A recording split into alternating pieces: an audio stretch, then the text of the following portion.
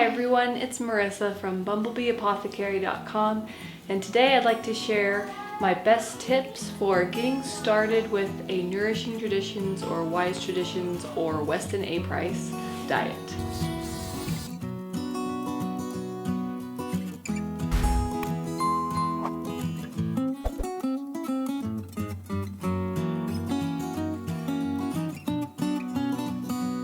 So changing your way of eating is always an adjustment no matter where you started from, but there are definitely ways to make it doable, and putting forth the effort and making the changes are so worth it.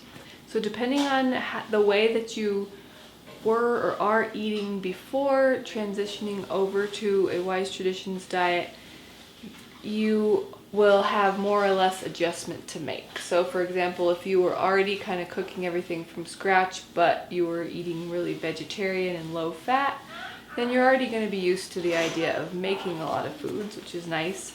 If you came from eating everything prepared and packaged and processed, then you will have a little bit more of an adjustment of learning some of the cooking techniques, but it's all doable and, like I said, so worth it. The Weston A. Price Foundation has a podcast, and they have at least one episode that comes out every week, and they had a series a while back that talked about the basics for starting eating according to the Wise Traditions diet.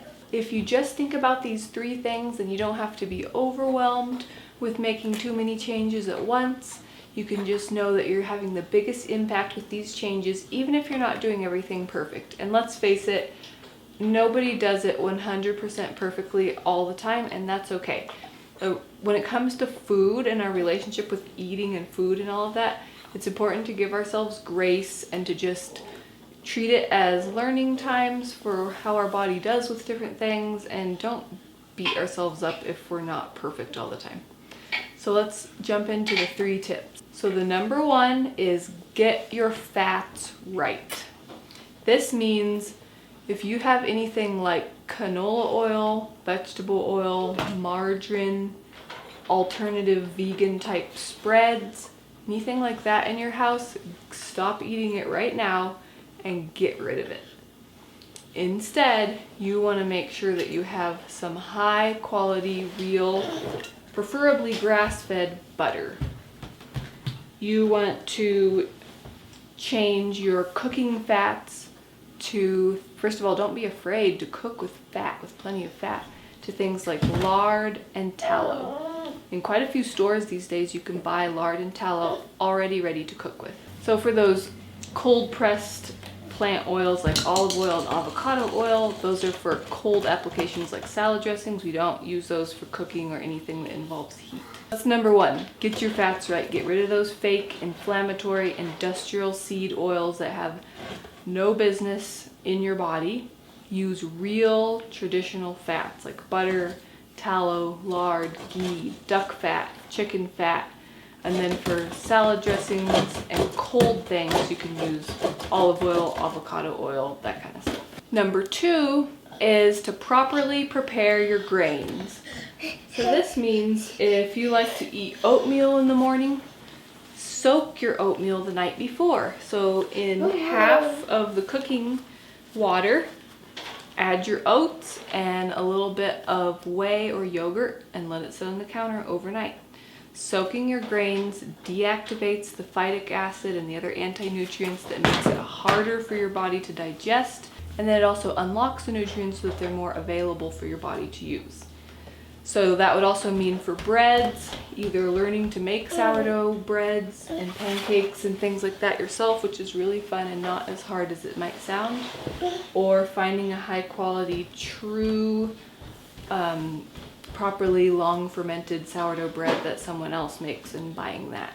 And then the 3rd tip is get on raw milk. So get rid of any kind of nut milks from the store like almond milk and any of those alternatives. If you look at the ingredients list, they're full of so many things. They're highly processed, not good for you at all.